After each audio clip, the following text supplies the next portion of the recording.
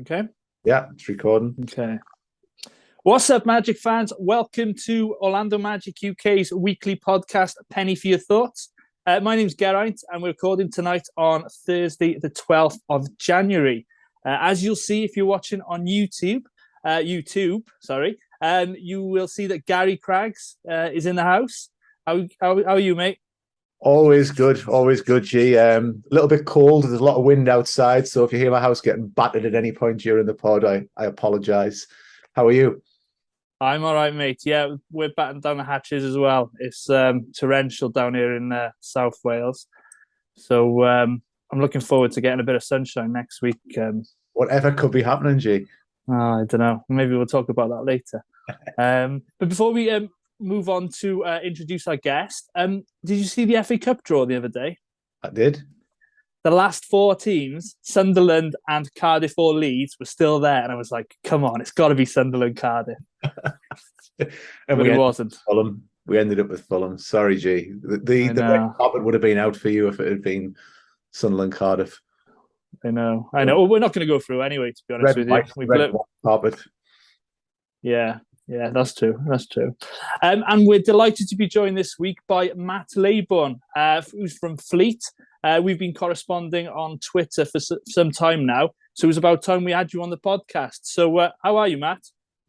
I'm good, thanks a lot, guys. Yeah, I've been pestering the Twitter account for a good 5 years now. So, thanks for having me on. I appreciate it. Oh, you're welcome, mate. You're welcome. So, just to let you know what we're going to do on this episode, we'll get to know Matt a little bit later on. We'll just do the usual affiliate plugs, the Magic news, etc. We'll get to talk in a bit more detail about the wins against the Warriors and the Trailblazers. We may touch upon the game in Sacramento, and there's also a Jonathan Isaac update. So we'll get your thoughts on that, guys. So like I said, just get the affiliate plug out of the way with. You can get this season's City and Statement Edition jerseys available on NBA Store EU, and they are shipping, although limited stock at the moment, because I think they're missing medium and large jerseys. So keep an eye on them if you want to get one of them. Please use our affiliate code MAGICUK10 for 10% off your entire order, although some exclusions may apply. Right, that's out of the way with. Magic news. So I've just chucked in a few extra bits in here, guys, because there was a release this afternoon of the All-Star voting, and Paolo Banchero is showing as 8th on the East ballot for forwards and centres. He's just shy of Kyle Kuzma, Pascal Siakam, and Jimmy Butler. So just a reminder to all Magic fans, keep voting him in. And hopefully we'll get Paolo to the All-Star game come February. State of the Magic. So currently Orlando are 13th in the East, sitting at 16 and 26, and are currently midway through a 5-game road trip, for which we're currently 2-1 at the moment. Jonathan Isaac was assigned to the Lakeland Magic earlier this week, and last night he made his debut against the Westchester Knicks. Well, that's a mouthful to say, isn't it? Jonathan finished with 15 points and an assist, 5 rebounds on 6 of 12 shooting in a 129-117 win for Lakeland. I don't know if you caught that, guys, at all. You know, on Twitter, the highlights. Dante obviously was the doing the play-by-play on it. Any thoughts on what you saw from Jonathan? Basically, I was relying on like Twitter feed to see it, but he actually looked. The key thing for me was how he left the court at the end. I know that sounds crazy, but I was kind of looking at him like, "Are you limping? Are you looking hurt?" And he looked pretty strong. But we're basing this on like Twitter highlights, but he looked pretty strong. And I think the fact that he left the court, no matter what he put up statistically, he left the court healthy was the big thing for me. So, you know, the stat line looks great. The highlights looked good, but the fact that he left the court apparently healthy was the big thing for me. It's also like, it's interesting that he not wearing the brace as well, because I think that's been the thing that's been in the last 2 years. You're like, oh, there's an Isaac update, like, oh, he's got the brace on, and you're like, what does the brace mean? Because you get so little out of the front office, and I'm sure we'll come on to that, but really good to see him out there and not wearing the brace. And there was just a couple of moves he did in the right down deep in the post, a lot of flexibility, moving around, pivoting really well, and it's just like, okay, there's reason to be a bit optimistic, cautiously optimistic. Yeah, definitely. And I mean, with Isaac, you saw his, averages, career averages. I think it was in the 12 to 13 points per game range, and to come out and score 15 in limited minutes, for me, he really stood out. It was almost like a man amongst boys playing. And Kevon Harris, I don't know if you've seen him in the G League, but my God, he's fantastic, and might be something the front office need to look at in giving him a guaranteed contract next season. RJ looks pretty too good for the G League, as we know he is as well. Yeah, he does, but obviously I think the front office has moved on from him, so hopefully we may get something for him in the trade deadline when that comes up, but we shall see. Moving on, Ball returned from COVID protocols and was on the bench for the game against the Denver Nuggets, although he didn't check in. So he's back with the team as we've got the two remaining games to play against the Utah Jazz and the Denver Nuggets. So let's just have a quick recap of the state of the Magic the last week. But before we do that, we need to find out, did Gary watch the games? Because we're not doing ref rant anymore. We'll do Gary's League Pass rant because everybody's been asking about it on our Magic group. So how was it this week, Gar? It's still YouTube, G. Oh, it sucks, mate. Still YouTube, and I was talking to Mikey on the phone earlier, and for me, when I watch the games, if it's an East Coast game, I'll usually watch the first half and then catch the second half the next day. And I said, well, why would I stay up to watch East Coast games now at 12, if it's us, 12:30 at night no, you might be able to watch it, but you're probably not. So one of our guys, one of our listeners suggested that I do another cookie cleanup, which I've done before. I'll try that, but I've got two browsers on my computer and it doesn't work on either of them. It's just you go to log in, details are right because I've got it on an auto sign in and it just returns me back to Google. Nightmare, mate. So I'm not impressed. No, I can imagine. How are you getting on, Matt? Do you get to watch them all? Yeah, I had the same sort of problems because for the last 4 years I've had the pass, but I just used to have it off my phone and cast it to the TV, and that worked fine for ages. And then the start of this season, the new app, you're like, hang on a minute, nothing's. I think you get about 10 seconds, and then it's just like it gives up, or it keeps moving around in the game, and you're like, oh, it's just skipped 10 minutes ahead, and I'm like, what? So it's ruining the experience. But I've managed to, I've got it on the PlayStation, the NBA app, and that's actually been quite sturdy. Because I ended up, I think, resorting to what you were saying, Gary. Like, you're trying to watch it on your phone. I'm trying to watch it on a screen that's about like 6 inches wide, and like you're trying to analyze the plays, and you're like, this is madness. So I've had a bit of better luck, but yeah. That PS4 or PS5? A PS5, yeah. I tried on the PS4 and it wasn't having it. Oh. Well, you might be onto something there. I mean, I do mine for the Xbox, and I've, touch wood, never had problems even this season. May have had problems in the preseason, but hopefully you get to resolve it now, Gar, and you get to watch some. Flaming torches will be out, and I'll be at NBA headquarters, G. Pitchforks. Oh, we got our fingers crossed for you, mate. So let's quickly recap some of the games from last week then. So since we recorded last, Orlando played in San Francisco against the Golden State Warriors in what was a very enjoyable watch, I thought.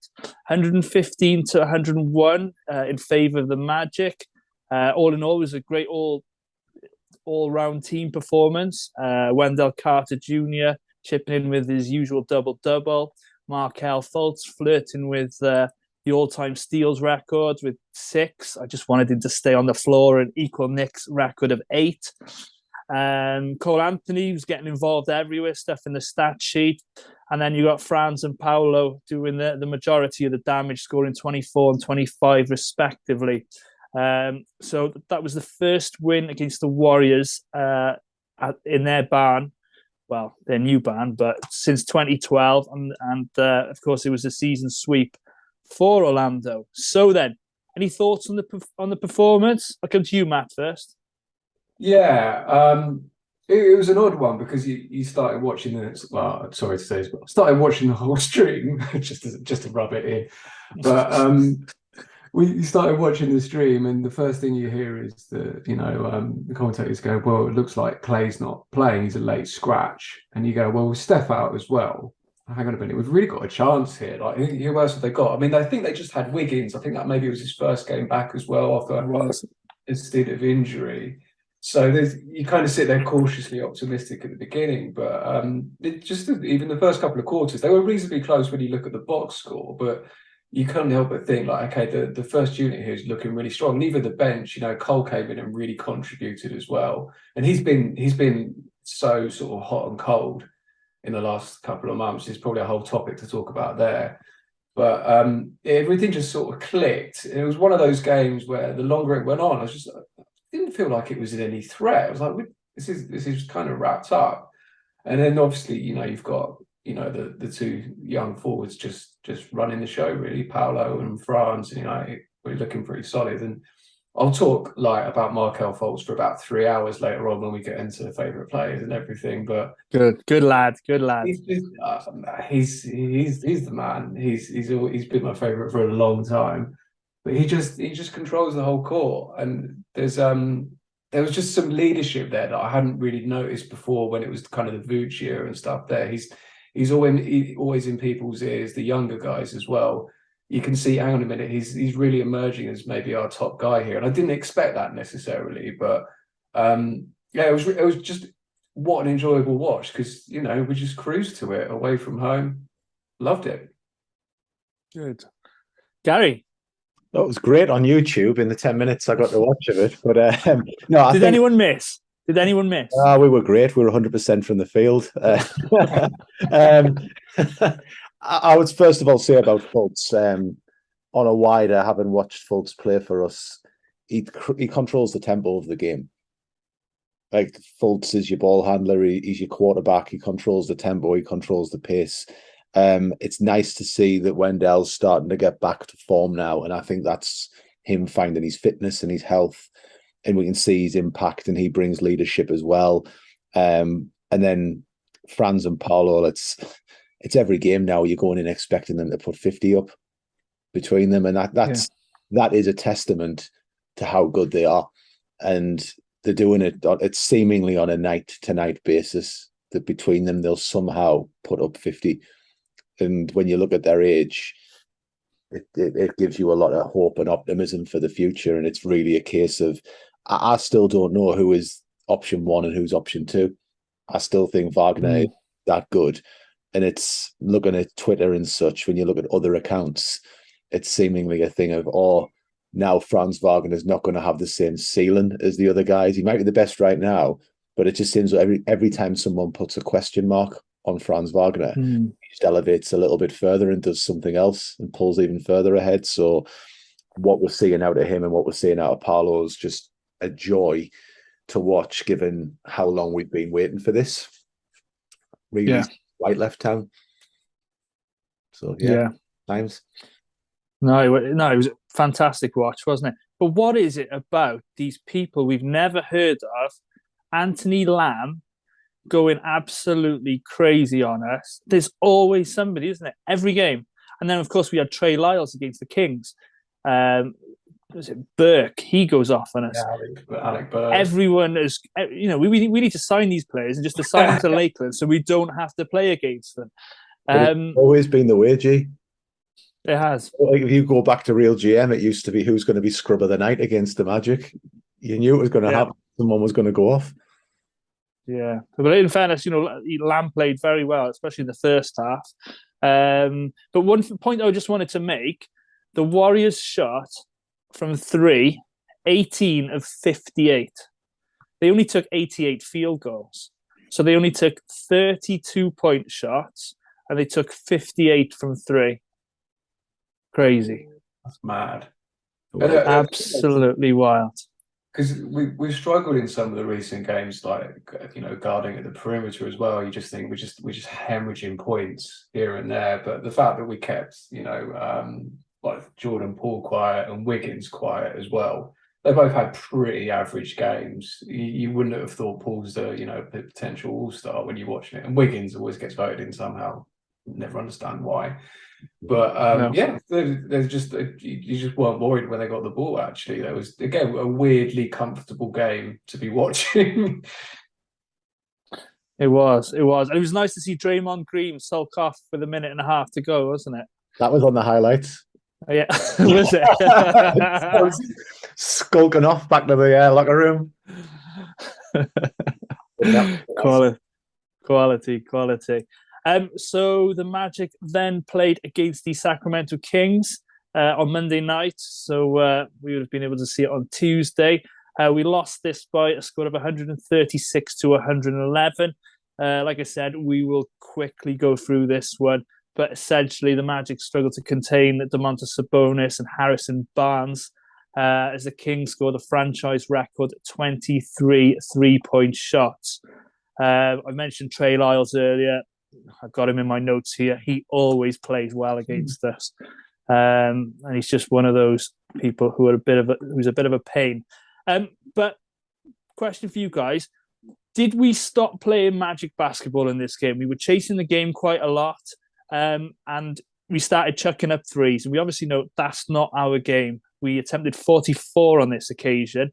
You go back to that Golden State game, just pull up the stats. We only attempted 32.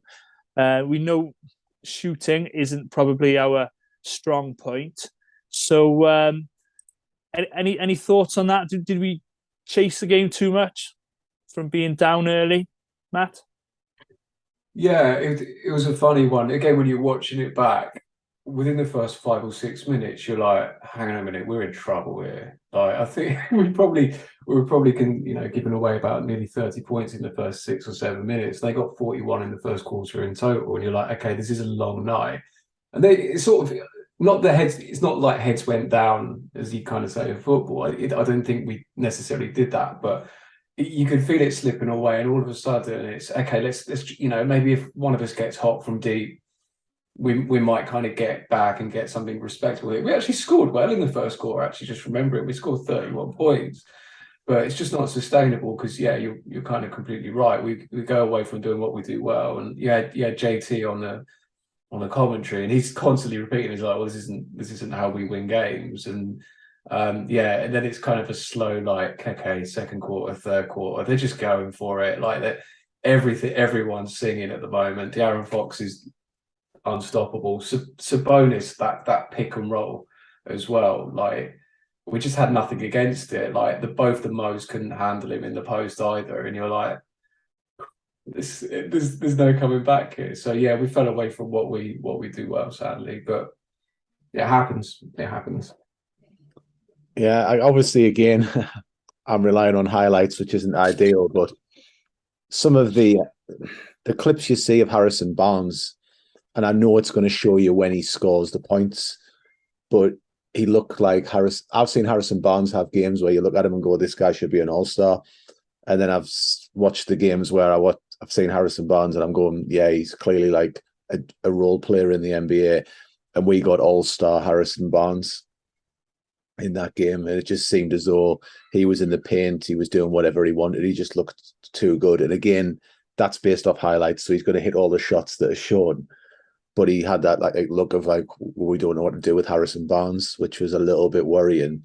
And I think if I'd been watching the full game, I'd have been really frustrated, because if it had been Sabonis or Fox who was killing us and doing the damage, I would have been like, they can do that. But I thought Barnes really decent player, but it's like kind of, I guess the equivalent would be if we had Evan Fournier still with us going off the 30 odd points against someone, they'd probably be quite frustrated.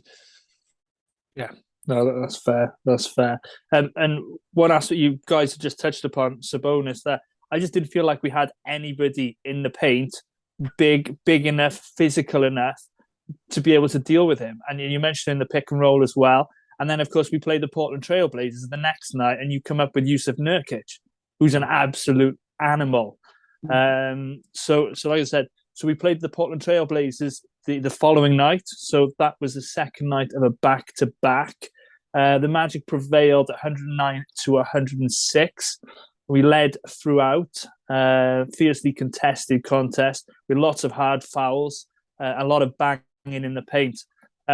Franz Wagner came through clutch, scoring 15 of his 29 points in the fourth quarter as the Magic held on. It was the last Portland possession was essentially three-point attempts by different Blazers, which all, luckily for us, didn't go in. But, we've all seen it go against us so many times. My little heart was beating a million miles an hour. So, question for you guys. Obviously, just mentioned there about Franz. Have we got the new clutch performer in the fourth quarter here in Franz Wagner? Is it right that the statistic is that Franz Wagner is in the top 5 fourth quarter players in the NBA right now? It is. Yeah. Well, quite right there. Well, then I think if we're going to go off stats and milestones and the fact that the guy's putting up over 20 points a game in his second season, I think, yeah. Why wouldn't it be? It goes back to this thing whenever anyone seems to put a ceiling or a limitation on Franz Wagner, he smashes through it and goes through and finds something else that you can't deny. I think he's brilliant, mate. I think he's just a very much a technically sound player. And when you look at people saying, oh, what's his cap, what's his limitation? Well, I think we've just mentioned Sabonis there, and I know he's a different player in many ways, but Sabonis does a lot at all-star level by being just very technically sound and good at basketball. So maybe the Franz Wagner flaw is that he's going to just be a multiple-time all-star. Just be a multiple-time all-star. Let's play. We hear enough criticism and silliness, so let's flip the script. So yes, he is. He's fourth quarter Franz, and he's technically excellent, and that's why he can do what he does. True, Matt. Yeah, the same. You've got to love that flaw when he when we drafted him last year, and everyone was like, "Who is this guy? Yeah. Why did we pick him up?" And it's such a steal of the draft by a million miles. He's just the best player in that draft. I can't believe there's even arguments going on about it, but it's the fact that you sat there and you're watching it, and there's kind of this collective thing here where you're like, do you know what? In this fourth quarter, it's getting close. There is so many different angles we can attack here and get points. So Franz can set a pick and roll with Wendell and get to get anything he wants in the paint basically, or he started shooting from three as well when that switch onto Dame Lillard came on, and he's just okay. I'm just going to shoot a three. So complete options, but. The thing I loved about watching us close that one out is Mosley's got options he just never had before. It's like, who should we give the ball now? Paolo? Should we give it to Markel? Should we give it to Franz? You got 3 legitimate creators there who could let's just go create some buckets. And I think that was the most fun to watch out of that. It was like a chess match the whole game. So many different kind of rotations, trying to change the defensive scheme up and move into zone, out of zone. It was so much fun to watch, but the fact we had those 3 options to close us out just gave us an edge that normally we rely on one person, and you're like, okay, let's hope Cole gets hot, let's hope one person gets hot, but it was like you can have 3 guys go off. So yeah, it was really good. But yeah, Franz, going back to the point, is something else, isn't he? He is. I'm gonna shout out Cortez here, because I think Gary's smirking a little bit here, because there's a video doing the rounds, isn't there, Gar, of when we drafted Franz. And it's safe to say, our dear friend Cortez, I'm hoping to catch up with him in the next couple of weeks. He wasn't a fan, was he, of the pick? He wasn't, but then I think at the same point in time, hand on heart, who really was? Yeah. Like I'll be honest, I was sold on the idea of getting Schengen with the 8th pick. And being caught as a friend of mine, and we talked a bit on Twitter, and I was like, this guy looks like he's Vucevic 2.0. And I was like, well, if we can steal that with the 8th pick in the draft, why wouldn't you? I raised a few eyebrows because, I don't really have time to follow the NCAA, but there was nothing leaping off the page about France. But you then say, well, our front office have seen something and guaranteed him allegedly that he was going to get chosen. That's some next level scouting there. Yeah, and like what you said, I wanted Moses Moody, and look how he's turned out. Obviously he's probably not had much of a chance, but we don't watch the college game. We're just going on what scouts, the ESPN, etc., is saying, and we're watching what Gary watches for the NBA YouTube highlights of them making buckets. We don't see everything else in between. So just on that France basis now, right? Game on the line. Who do you want to have the ball in your hands? You've got Banchero, you've got Fultz, you've got Franz. For me, and I'm a massive Fultz fan, I want it in Franz's hands just because he can do so much. You trust his jump shot a lot more, and that he can, drive to the basket, and he could probably lay it in from any which angle. I mean, I know we've seen him miss one at the death a couple of weeks ago, but it's all a learning curve at the moment, isn't it? So, yeah, France for me. How about you, Matt? Yeah, I'm kind of the same opinion. I'm going to wax lyrical about Markel later on, I'm sure. But I think Paolo at the moment is, he's obviously incredible. Again, we've got an amazing #1 pick there. We've got an incredible rookie. But I don't know, sort of noticed in some of the games, he's just a little bit more fatigued at the end, and it's okay, let's just get the shoulder down and try and get into the paint. And that's a good strategy, it gets us free throws.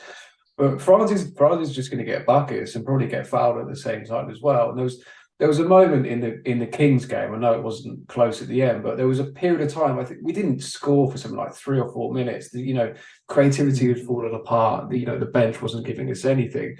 It was just Franz on his own, and he's just like, I'm just going to go start scoring my own buckets. And there's just one, I can't remember which possession it was, just down in the corner, just hitting some twos. He's a free level player, and it's just like, okay, well, he's just going to keep getting buckets. And back to Gary's point, the stats back it up. He's top 5 in the NBA for fourth quarter points. So it's got to be, hasn't it? It's got to be France. And there's that scattergram, isn't there, where it's of Wagner about players who finishing at the rim in the NBA, and he's like the elite person in the NBA for rim finishing this season. And it's what you said, Emma. He looks to be like his 3-point shot just seems to be getting smoother and smoother and further. And if that starts nudging towards 40%, that is a legitimate problem for the NBA, because it's kind of like he's going to finish at the rim. You foul him, he's going to hit free throws. He's got the step back jumpers and such. And then if he starts bombing threes in at like an even higher clip than he does now, well, what are our friends in the media going to then peg as he's ceiling then? Because then you're starting to talk about Dirk. So it's right now it's Wagner, but at the same point in time, bear in mind he's got a season on Paolo. So what's Paolo going to look like in a year's time? Yeah, good times indeed. Right, let's just have a quick look at the week ahead. Obviously, I think we mentioned it last week. I said 2 wins out of these 5 games, I'd be happy with. Go 2 and 3. Now we've won 2. I fully expect us to beat the Utah Jazz, if I'm being honest with you. At least finish 3 and 2. So the Magic continue the road trip against the Jazz on Friday, and end the trip in the Mile High City against Aaron Gordon and the Denver Nuggets on Sunday. We'll then return for a few days before facing the New Orleans Pelicans on a Friday, a game which yours truly will be at, cheering loud, losing my voice. So we face the Jazz on the 13th, so that's a 2 a.m. tip on the Saturday morning for us in the UK. They're currently 10th in the Western Conference, sitting at 21 and 23 with a 13-7 record at home. Then we face the Denver Nuggets on the 15th, so that's 1 a.m. In the UK Monday morning. They are the best team in the Western Conference at 27-13, and a very good record of 17-3 at home. Do you see us winning? Going 2-0, guys, or are you sticking with 1-1 with me? I'm in agreement with you on that. I can't. I mean, I think we can get past the Jazz. Keep Lauri Markkanen quiet. The big. I know. Who'd have thought people would be saying that? I know. I kind of love it. I love a comeback story though, because you just thought he was a bang average NBA player for so long, and you're like, oh, hang on a minute, he's an all-star. When did that happen? I can't. I don't think we should be getting past the Jazz, but I can't see us getting past the Nuggets. They are so slick. They're so much fun to watch. I kind of got a soft spot for Nikola Jokic because he doesn't fit the archetype, does he? No. But you kind of love to see him do it. He's a bit of a magician, isn't he? But yeah, I can't see us getting past them, sadly. But what a test that will be. If we get that one close, that's huge experience for us. If we can get into the last 6 minutes, get into clutch and still be in the game, that's pretty big. Yeah. I would say 1-1's likely. I think, to be honest, I think we could frustrate Denver. I think we've got the players to frustrate Denver, but the problem is it's what Jokic is going to do. I'm interested to see who Aaron Gordon is assigned to, whether he's going to have to take Paolo or Franz, because we know he prides himself on his defensive game. So that's going to be very interesting, given the athleticism and the defensive proficiency he brings. So I'm interested in that game. As for Lauri Markkanen, it's interesting because when he first came into the NBA, his first season in Chicago, they thought they had a Dirk Light. And you must look at it as a Bulls fan now, and you must be thinking, wow, you've let him go, you've let Wendell go, who's blossomed, because Wendell didn't look great when he was in the Bulls. When I saw him play 2 games, it's not fair, but he didn't look to me like, oh, that's a guy who's a starting center in the NBA. And technically, you've let Franz Wagner go. Like if you're a Bulls fan now, you must not be dancing and you must not be having fun, as the guys said. No, I got to shout out Jimmy Zink, UK Chicago Bulls. He's a great sport, a good friend of the show. But did you see the Chicago game last night? Was this the? They were down 3 to the Wizards. I think there was probably about 7-8 seconds left. They had the ball. They had no timeouts left. They inbounded it to Zach LaVine. Zach LaVine drove into traffic and took a contested 2. And you got Vucevic there just going with his hands in the air like, what are you doing? He's unbelievable. He came the John Travolta gift, didn't he? Where he's just kind of walking around the So yeah, I don't know what's happened there, but I'll get to see the Bulls a little bit later on in a couple of weeks. So we can get a W there. Right then, let's move on. Our guest section. So now it's time we get to know Matt a little bit better. As you've mentioned, Matt, I've got it in my notes here, so I'm going to read it out anyway. You're from Fleet, or you live in Fleet, which is near Reading-ish. You're originally from Essex, and a football fan of your local team from back when you were in Essex, Colchester United. So this is something Gary and I can really, really respect, because we support our local teams, don't we, Gar? We do. We do. So, no, props to you for being a Colchester United fan. How's that going? It's not going well, is it? Let's be honest. It's been 30 years of hurt. But it's the thing is that you're young and you're like, well, I want to go see my first football game. And, your dad and granddad take you down to the local team. And I think, who did we play? We beat Bury 1-0. It was whatever League 2 was at the time. And I was like, yeah, I'm in. I'm all in. I'll spend the next 30 years watching this lot. And in that time, I can list success on one finger. We came second in League 1 in. I was going to say, you were in the Championship for a little bit, weren't you? Yeah, there was a crazy two seasons we had. We got promoted into, I think it was 2007, 2008, something like that. Came second behind Southend, who we don't like very much. And then that first year in the championship, something crazy happened. You know, we're beating Leeds. We beat Sunderland. I went to that. I was there watching us beat these big teams. At that point, everybody beat Sunderland. And everyone beat Leeds as well, let's be honest. But yeah, we had this crazy season where we flirted with the playoffs. And this crazy sort of like, where are we going to put, you know, we're going to have to build a stadium overnight. And it all fell apart after that. The squads that basically that had a click, you know, you get lucky every now and then, don't you? You get a squad that really gets it. And we had, you know, big names like Jamie Curitan, Chris Uwalumi, Neil Dans, and they all went to bigger clubs as soon as that. And then it's been a steady decline down the Football League. And I think we're 20th out of 24 in League Two. So it's mostly been bad. But yeah, you keep going, don't you? You do. Things can only get better, mate. Spence, can only get better. I'll tell you what, we've wasted some Saturdays in our lifetimes, haven't we? Far too many. Yeah. So let's move on to the Magic. And I know you've been to Orlando on a couple of occasions. You've seen a few games, which I'm sure we'll hear about in a second. But tell us how you became a fan of the Magic and your Magic fandom. Sure. So cards on the table. I didn't like basketball until 2017. Wow. I was an adamant. I'm a football fan. I love football, English sports, and I just couldn't get into American sports. So to be honest, I'd probably never really given it a chance. And we were on holiday in Orlando, and I was like, you know, I'd love to go watch an American sports game and just see what the atmosphere is like. So the first game we went to was against the Houston Rockets. And we lost. Hang on, I brought up the score here just to remind myself of it. Yeah, we lost that 93-100. And that's the year, like this, listen to this as a starting five.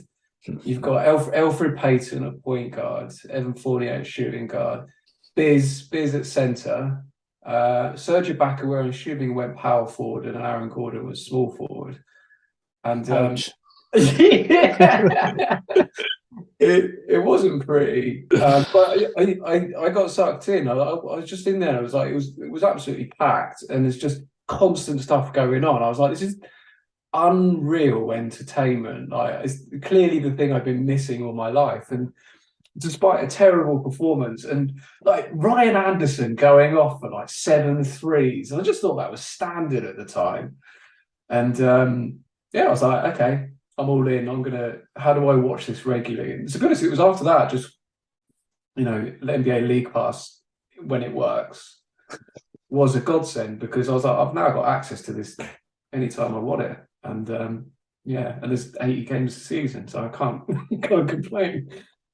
Yeah, and you've just come back. You've seen the game this season, haven't you?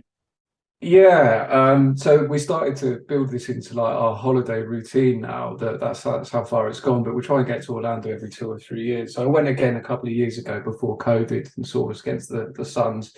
Aaron Gordon going off on that one, which was nice. But yeah, we went out November, December this year. So I managed to get the Hawks game, which was in the middle of that dire run. And to be honest, that was a shock to watch. You really didn't play well then. But then a few days later was the Clippers game, and that was the first win of what was our run. Watching Paolo bring that home, just get into the line, bringing the free throws. That went into overtime as well, so it just had a little bit more edge to it. Yeah, do you know what? Amazing fun, absolutely incredible fun. So yeah, it was good to be back in the Amway. Better than watching Serge Ibaka, yeah? Ah, jeez, man. I think they, about an hour after that game, they blew up the whole roster again. They got Terrence Ross. We should have just blown up Serge Ibaka, really. I was not a fan. So, who is your all-time favourite Magic player? Obviously not Serge Ibaka. And who are your current favourites?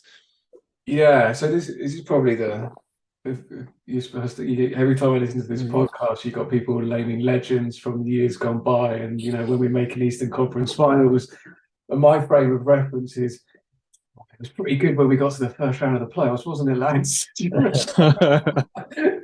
So, like, I mean, the thing that stood out, like, this is kind of an interesting story. Again, first game, I didn't really understand. I didn't understand basketball. I didn't know the rules of what was going on. I actually came out and went, that Elfrid Payton's pretty good, isn't he? He's pretty tasty. He knows how to play. My missus actually said to me, she was like, no, there's it was that big lad, Vucevic. She was like, he was the best player there. He got all the rebounds. I was like, you don't know what you're on about. You're having a laugh, aren't you? He wasn't any good at all. And yeah, as is the case in most things in life, she was right. And yeah, Vooch was the one. And I suppose, like, why is Vooch important in this 5-year era that I've been watching? Is, well, he carried a mediocre team to 2 playoffs. Like, we didn't have anything else realistically. Cal was coming through there, like, after the experience of the 76ers, and Aaron Gordon wasn't. He's a third man. He's doing amazingly at the moment, but he's a third man. We didn't have anything else really. You're relying on DJ Augustine playing out of his skin to get this team going. And yeah, Vooch was a lot. I've got a real affinity with him because he's just got that. He loves the magic. Just this interview this week where it was on the Sixth Man Show, wasn't it? I think. Yeah, it was. Yeah, it warms your heart. It warms your heart. You're like, okay, he really cares about this place, and he put everything into it. So yeah, heart on the sleeve if we had sleeves, but it was definitely Vooch. And for current players, like I'm a Markel person. He impacts winning, like, fundamentally. Like, again, when we were quite an average team getting into the first round of the playoffs, he was starting to figure it out. But again, since he's come back, I just get so excited watching Markel Fultz play. He can go in any direction, do anything he wants. He's becoming more of a leader. He's just this bit. He's kind of this underrated bit of glue. He's had so much adversity in his career, and people calling him a bust. And man, he's just an incredible basketball player. I just, again, absolutely love watching the guy play, and him feeding France and Paolo and being that kind of elder guy who's been there and done a little bit of it, which is crazy to say. He's 25, but yeah, Fultz is my number one at the moment. But Paolo and France are jostling, aren't they, trying to get in there as well? So yeah. It's been a ride. Yeah. Music to my ears, that, mate. It makes a change from me singing Markel's praises on the podcast every week. But you just touched upon it there. Shout out to the Sixth Man Show. The interview with Nikola Vucevic was so on point. It was incredible. I messaged him afterwards, congratulating them. And I found myself, when they asked Vooch about returning to Orlando, I don't know about you guys, I just had a big smile on my face the whole time. I said that to them, and they were like, "Yeah, I know." so that was class. So obviously you're wearing a new jersey, which you picked up. Tell us about the jerseys you've got. Yeah, so I've tried to pick one up every game I've been to. So the first game I went to, I didn't get one then because I didn't really know what was going on. But the next game we went and saw, went straight in and ordered all my Markel Fultz merchandise. Got the T-shirt, got the jersey. Probably got some matching socks with his little face on somewhere, but yeah, I loaded up on my Fultz merch because that was actually when we just picked him up. We'd only, I think it was only his first season with us, so I picked that up during COVID as well. I picked up the City Edition jersey, the white one with the ORL. I think it was like the night. The white and orange pinstripes. Yeah, I know. Yeah, I picked that one up with Cole Anthony on because, again, like in these crazy days where like we were playing entirely a G League team, and then Cole Anthony was our ray of light on that particular season, which was a good thing. Like, so I'm really pleased with that. And then yeah, I've got this year's City Edition with Paolo, the Kingdom on the Rise. That's us. So yeah, delighted to pick that up. Like the Magic team and staff did a great job of taking all of my money when I went to the shop this year. So yeah. Not. I've also got an old Shaq jersey, but I've got to go watch YouTube videos to work out like how good he was. Very good. But yeah, I'm getting very there. good. I'm getting there. Very good. Yeah, man. Cool. Obviously, you've been to some Magic games. So, like, what's your experience when you watch it? Have you got any, like, what's the game day look like for you, Matt? Go to watch Yeah, it's kind of the whole thing, isn't it? It's try and get there as early as you can because you want to go and look at all the merchandise and figure out what's what. And like, it was really good this year because we had just a little bit more time. We did that.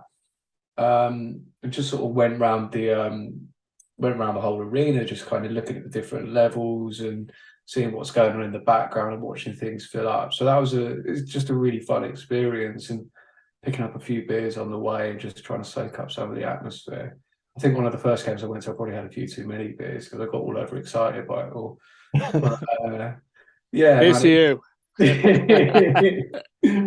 Yeah, it's just good fun getting that whole experience in, and it's you know what, that's what converts people, isn't it? There's a bit of psychology behind that. The first game you go to, you're like, okay, I'm in now. Same as my first Colchester game, first Magic game. I'm like, okay, I'm going to spend the rest of my life watching this lot now. So yeah, they do well. The experience is big.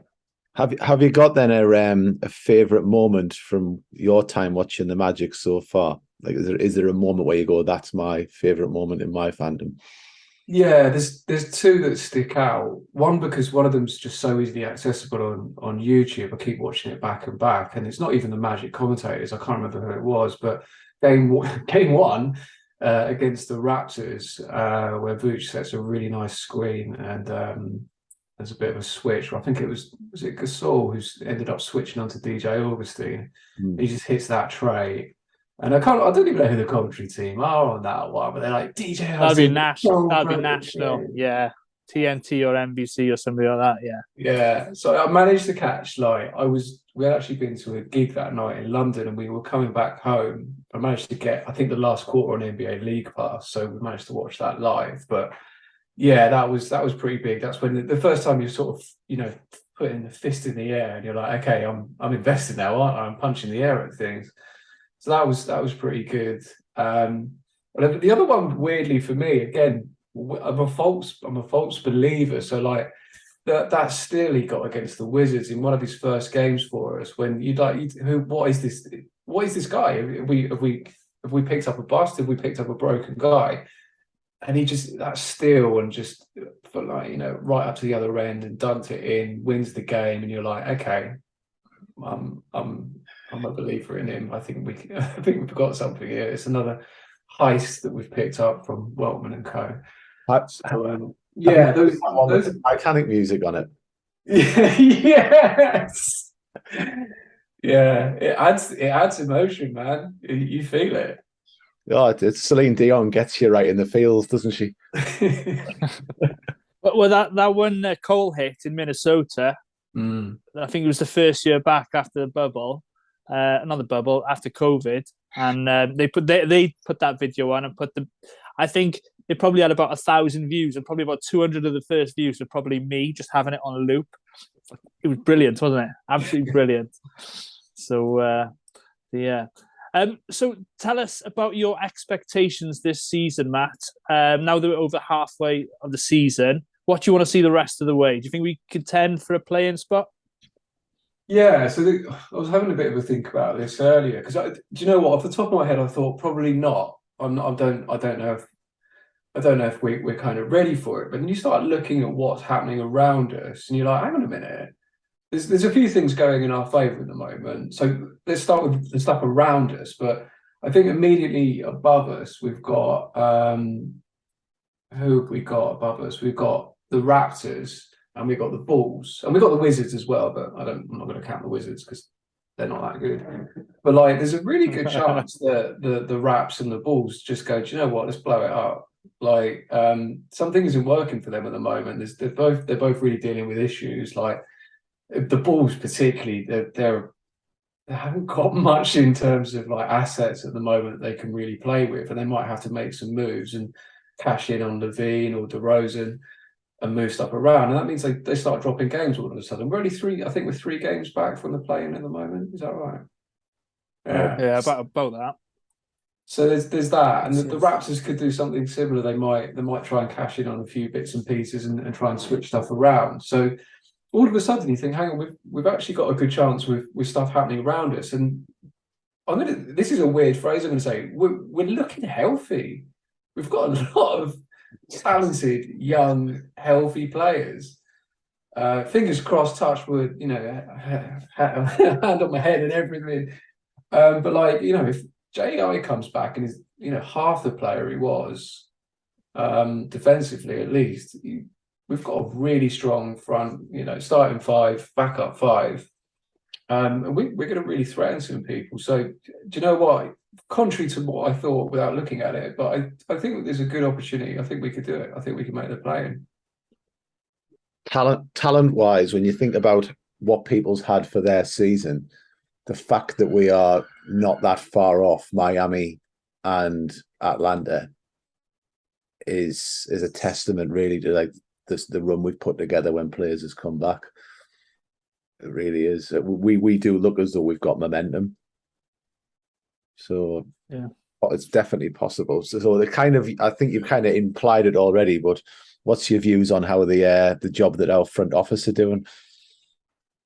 Yeah, it's funny, isn't it? When you're losing, they're the enemy.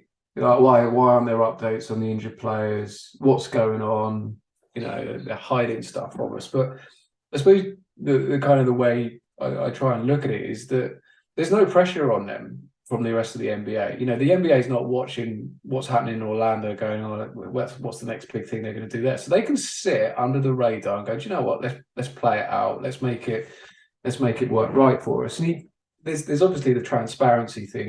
As Magic fans, we'd love to hear more because that's our natural inclination. But they also don't really need to tell anyone anymore until things come through and the way they do. And then when you start to look back at the history of like, the drafts, the trades that we've made, we've talked about France, but steal of the drafts, that's an incredible move. And blowing things up and moving Vooch on for now. He may come back, but all of these moves have actually, given us a huge amount of cap space as we go into the off season next year. We've got 2 more picks coming up as well that potentially going to be in the top 10. Got a really talented young core. We've got depth when they're all healthy. I think they've done an incredible job. Like considering it's a small market team, we're not the Lakers, we're not the Celtics or anything like that.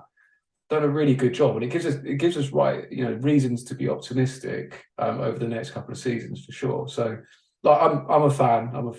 I think compared to like my history of understanding of the previous eras, Rob Hennigan and all of that, it seems like a world apart.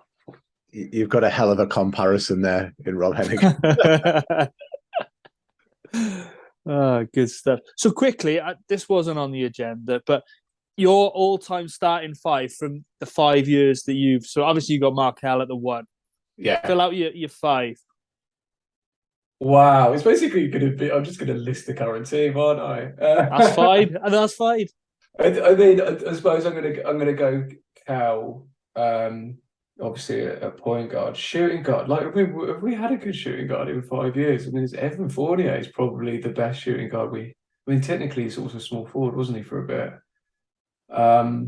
Your team, you can have him wherever you want. Yeah, Gary'd have him on the bench. I'm going to get absolutely slaughtered by having Evan. No, you won't. No, you won't. But I suppose if I was to put together a winning team now, from what I've seen, it's probably Fultz, Fournier at shooting guard, and you'd have the 2 young forwards that we've got now, wouldn't you? It's Paolo and France, without a shadow of a doubt. And then, I mean, I love Wendell, really love Wendell, but Vooch at centre, and you've got a pretty good team there. It's slim pickings from the last 5 years, as everyone knows, but that would be my lot, yeah. Oh, solid, mate. Solid quality. Oh, Matt, it's been a privilege to have you on, mate. Like I said, we wanted to have you on for a while now, so thank you ever so much for coming on. Hope you enjoyed. Yeah, amazing. Really appreciate it. Thanks, guys. Love it. Good stuff. Do you want to tell everyone where they can find you on your socials? Yeah, when I'm not, like badgering your Twitter account and shit posting other teams, but it's Matt the Game, MATTHEGAME. Yeah, give us a follow and yeah, catch up with you online. Good stuff. Good stuff. So thank you as always for listening and watching. Don't forget to subscribe to our YouTube channel, Orlando Magic UK, and leave us your comments. Follow us on Facebook, Instagram, and Twitter, all at Orlando Magic UK. So from Gary, Matt, and myself, until next time, go Magic. Okay. Sweet. And